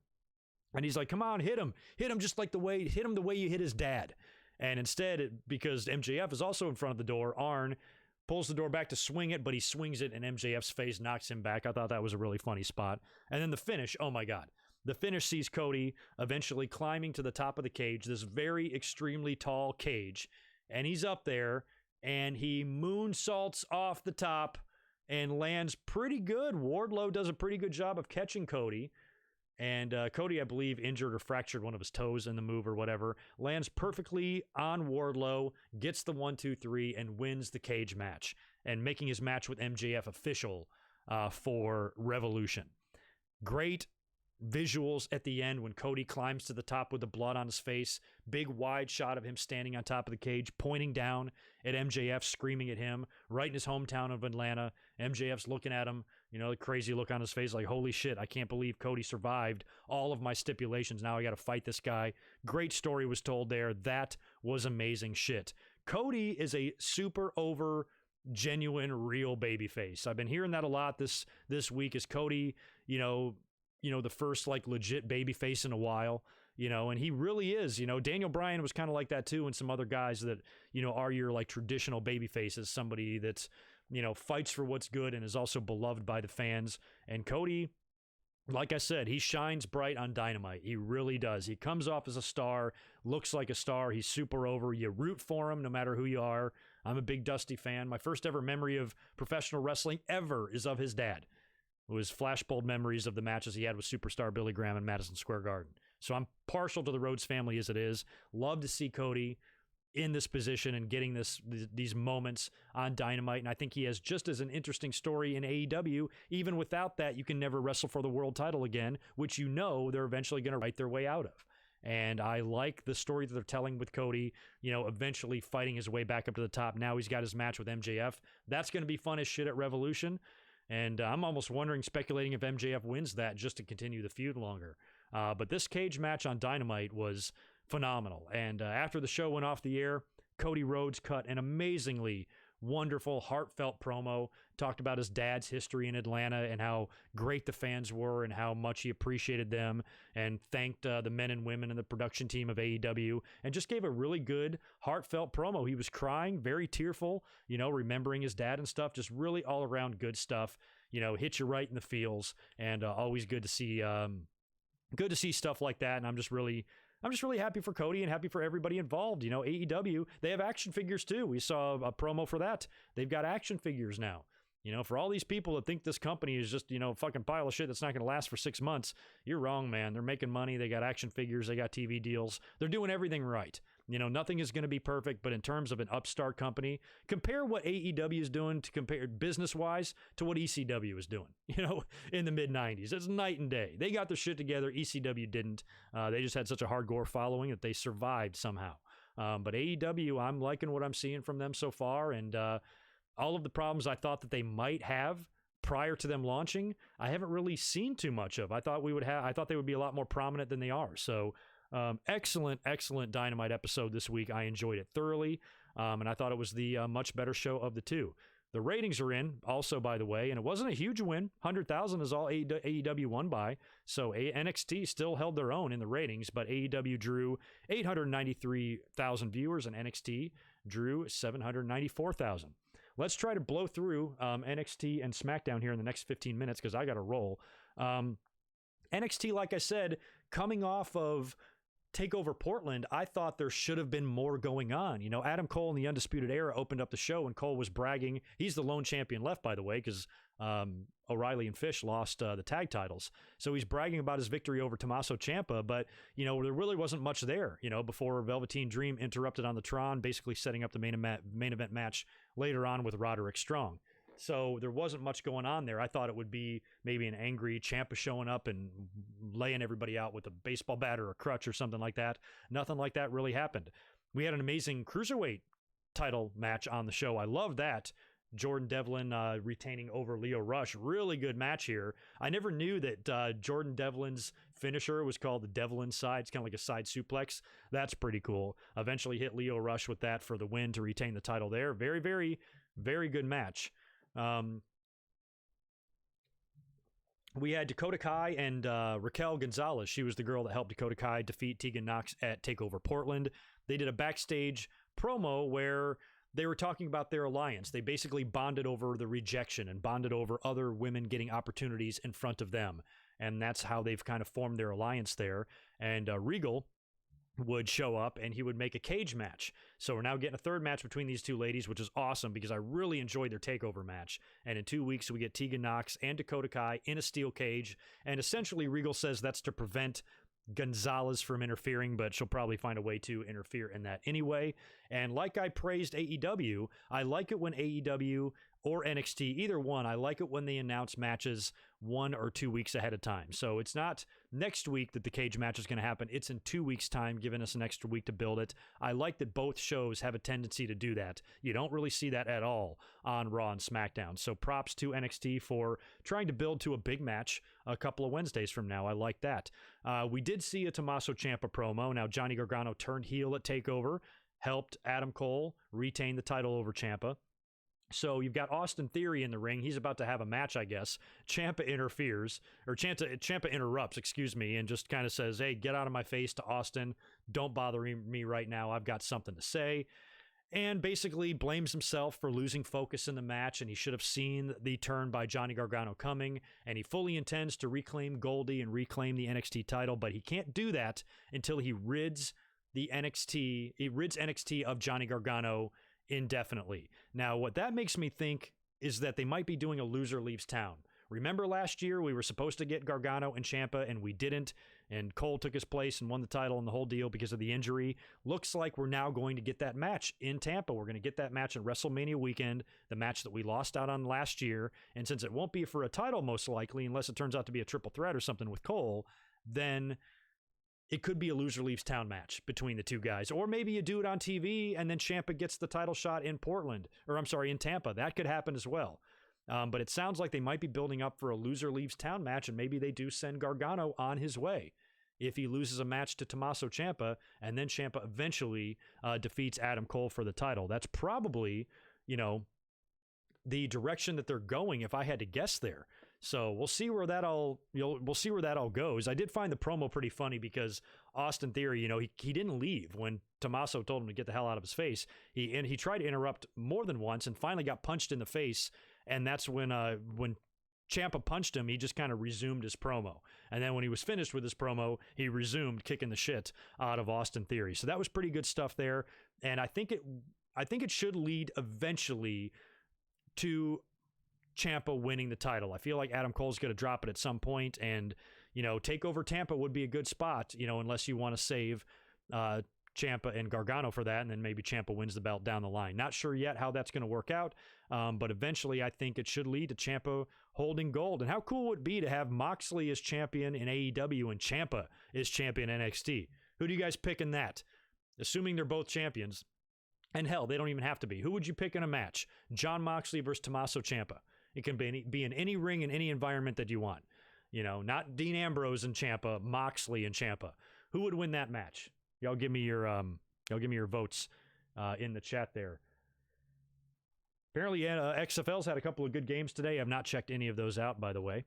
As far as what else we saw on NXT, a couple of random matches here. Grizzled Young Vets kind of won an enhancement match here. They had some mic time after the match, shitting on the American crowd and basically putting the tag team division on notice and saying they're going to be the best tag team in the world and all this shit. And the Forgotten Sons later on took offense to their their USA comments and said that they're going to face them down the road. So we're going to get a Grizzled Young Vets and Forgotten Sons promo, I guess, on the horizon. Who really cares there? Broserweights defended, was it a title defense or just a match? They defeated Orny Lorcan and Danny Burch. I can't remember if the titles were on the line or not in that. And a funny part on the show, Matt Riddle says that the Dusty Cup, the trophy, got suspended for 30 days for a wellness policy violation, which is hilarious. Had me laughing my ass off. I love the Broserweights. They cannot last forever, but I'm happy to have them now because they're very entertaining and very fun to watch. Looks like we're going to get Keith Lee and Dominic Dijakovic again. Keith Lee made, about 5 seconds of work out of Kona Reeves, beat him in no time at all. Dominic Dijakovic comes out to the ring and says, look, I had you beat at TakeOver, but I hurt my back or whatever. I want another shot. And Lee's like, you're just making excuses. But then agrees, says, hey, look, if Regal is cool with it, if William Regal says you can have a title shot, I'll give you a title shot. No big deal. So it looks like we're going to get one more between those two. And based on how good the match of a match their Portland match was, I'm ready to see that, and that'll probably take place on TV, which will make for a really fun Wednesday night in the future. Chelsea Green took on Caden Carter. This match was weird because right in the middle of it, Bianca Belair comes into the ring and she does the whole fucking Kanye thing. She goes, I'm going to let you finish. And she did. The match actually resumed when she was done. She goes, I'm going to let you finish. And she basically called out Charlotte. She got pissed because Charlotte kind of beat her up a little bit at TakeOver as well. And said, I told you that you don't even go here, but now after you beat me up, I want you here. So she's basically calling her out and essentially challenging Charlotte. And I'm curious if that's a match we're going to see on the road to WrestleMania, maybe even in an NXT ring, or it could be on Raw as well. But it would be cool to see Charlotte go to NXT and face Bianca Belair. And she'd have to beat her, on her way to Rhea just for the build of the match. But, so that kind of sucks. But it would be a fun match to see in NXT, Bianca Belair versus Charlotte on the way to WrestleMania sometime on a big Wednesday prior to WrestleMania. That would be a big match you could build. Main event match. If Charlotte and Bianca Belair, can't beat AEW in the ratings, I don't know what could. That would be a fun match to watch. I'd be into that. So we'll see what they wind up doing with those two. After Bianca Belair says her piece, she leaves, and the match resumes, and Chelsea wins with kind of like an inverted unprettier. Didn't look good at all. I don't like her finish, and I don't like the Robert Stone gimmick at all. The whole thing doesn't interest me whatsoever. So that happened. And then the main event was phenomenal. That's why NXT, even when they put on what I consider to be a weaker show, they still have a great show. And this is a great main event between Velveteen and Roderick Strong. Velveteen rips off the tights to reveal Marina Shafir's face on the front and back of his tights, which was hilarious. He wound up winning. It took 2 Dream Valley drivers to get it done, but he pinned Roderick Strong and got the victory as soon as he did. Undisputed Era hits the ring, beats the shit out of Velveteen Dream, and they stand over him as the show goes off the air. So, like I said, NXT was great, but not nearly as good as AEW this week. But again, like always, excellent Wednesday night of wrestling. Really good stuff, especially that AEW show. I enjoyed it immensely. Well, anyway, I've got to get out of here just about, but I got just enough time to talk about last night's SmackDown. Not much going on this show, just a little bit here in the main event.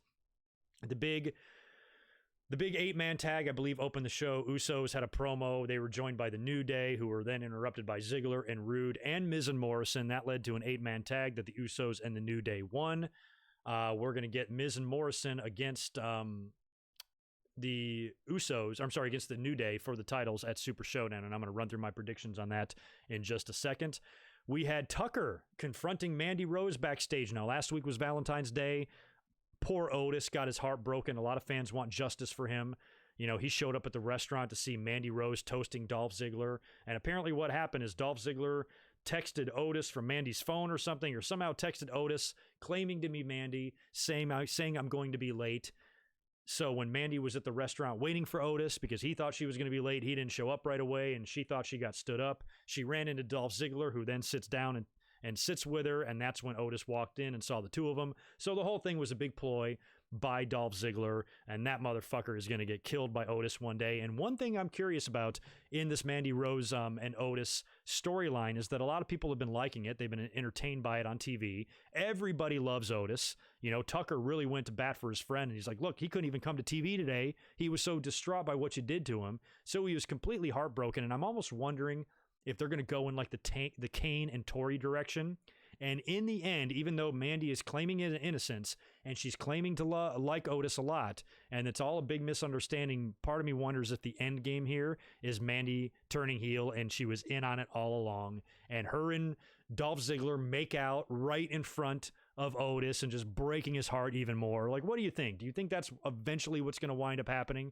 Because right now it looks like she's totally innocent. She really likes him, but it might be all a big ploy, and she might be a what was that big catchphrase that Jericho always called Stephanie? She might be one of them. Really interesting Symphony of Destruction match.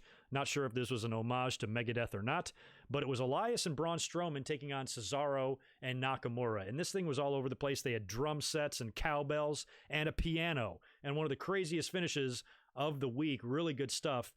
You saw Cesaro laying on a table on the outside of the ring. Elias does a top rope elbow from the top rope through the table onto Cesaro. Simultaneously, on the other side of the ring, Braun Strowman has Nakamura up in power slam position, standing on the announce table, and he power slams him on top of the piano, which looked like a real piano because it did not break.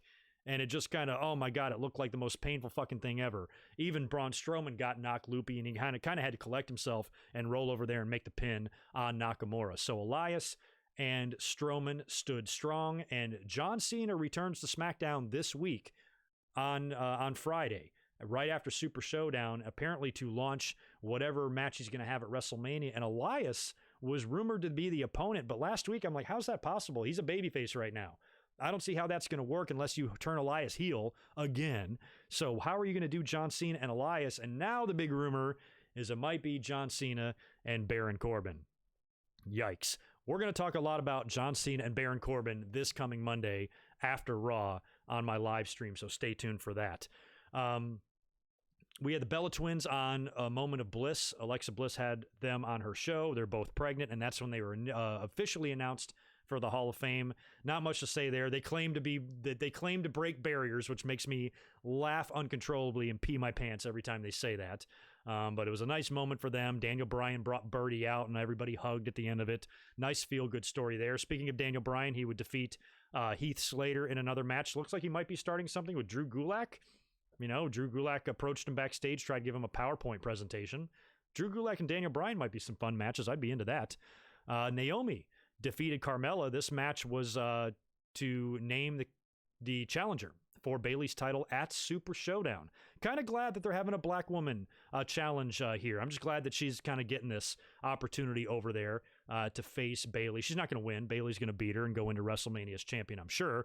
But Naomi did defeat Carmella. Great for her. She seems to be rejuvenated, a little bit since coming back to TV recently, and I'm happy for her. So she'll be facing Bayley in another women's match at Super Showdown in Saudi Arabia. That should be interesting. And the main event of SmackDown was a Goldberg promo coming out to hype his match with The Fiend at Super Showdown.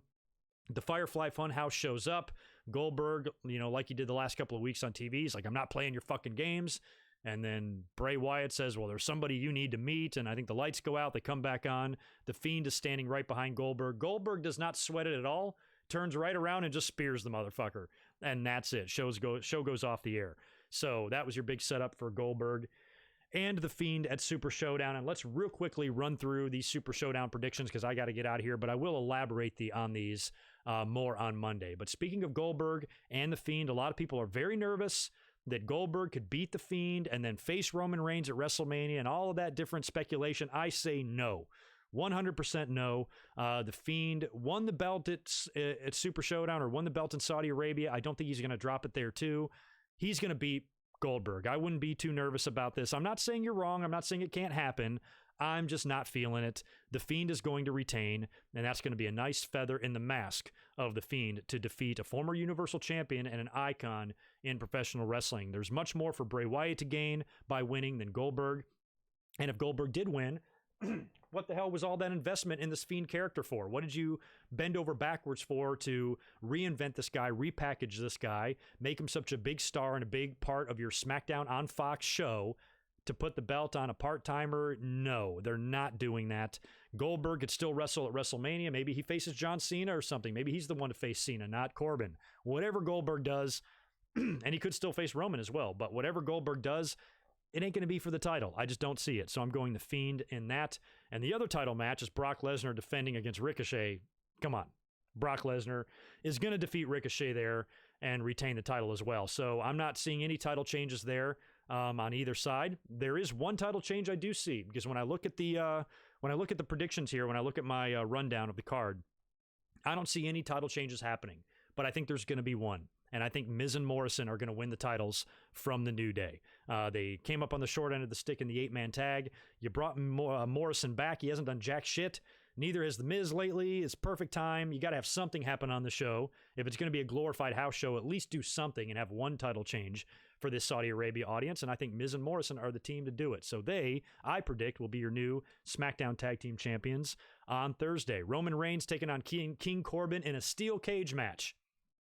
Do I even have to say it? The big dog will be winning that.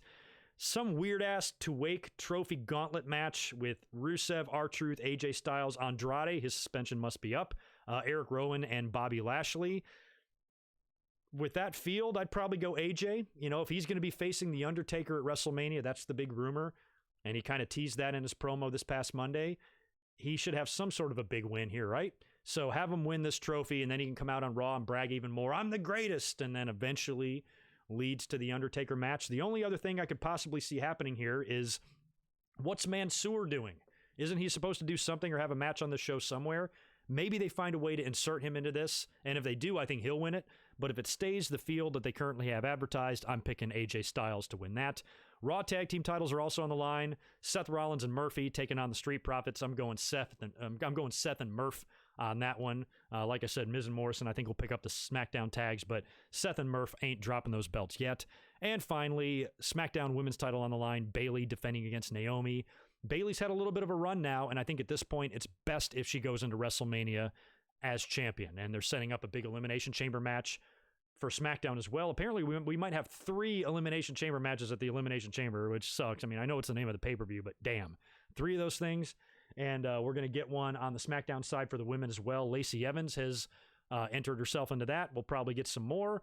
And I think the winner might be Sasha. I think they might be building for Sasha and Bayley at WrestleMania. So anyway, just to recap, Brock over Ricochet, The Fiend over Goldberg, Miz and Morrison winning the SmackDown tags from the New Day, Roman over Corbin, AJ winning the gauntlet match trophy thing, Seth and Murphy retaining over the Street Profits, and Bayley retaining over Naomi. That's who I've got winning at Super Showdown. And we'll talk, like I said, a lot more about that this Monday, immediately following Monday Night Raw. So anyway, I am sorry to cut this short and get out of here. Before I do, though, let me just make sure I didn't miss a super chat.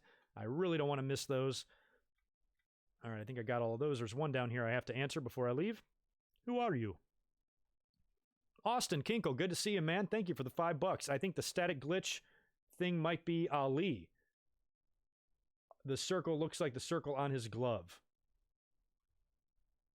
What static glitch?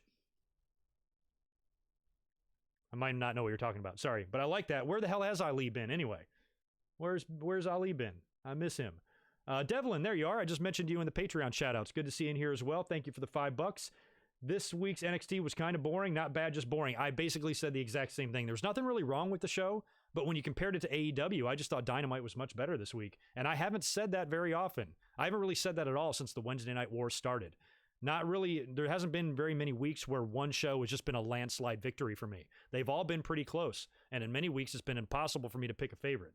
But this week, it wasn't too impossible. Stone Cold 10X, thanks for the $2, dude. I appreciate it as well. I'd rather have Mandy be with Otis and manage him. Yeah, I mean, Mandy and Otis together for a little while, but that can't last. You know, Mandy is just, she's going to be tough to like as a babyface. She makes a better heel. I kind of hope she's in on it. I kind of hope they do the thing. I hope they do what Vince and Trish did to Linda or something like that and just really break poor Otis's heart. Poor Otis, I don't know why I want to see that happen to him. I guess I'm just an evil son of a bitch. So anyway, I am out of here. You guys have a great rest of your weekend. I appreciate you hanging out this afternoon, as always, and joining me an hour early this week. And be sure to join me immediately following Monday Night Raw this coming Monday. We'll talk about the show. We'll do more Super Showdown speculation. Maybe I change up a couple of predictions. I doubt it, but maybe I do. We'll talk about that. We'll preview more of, Revolution and all that stuff, and we'll have a fun stream on Monday night. So I will talk to you guys then. Have a great rest of your day, and be cool. Peace.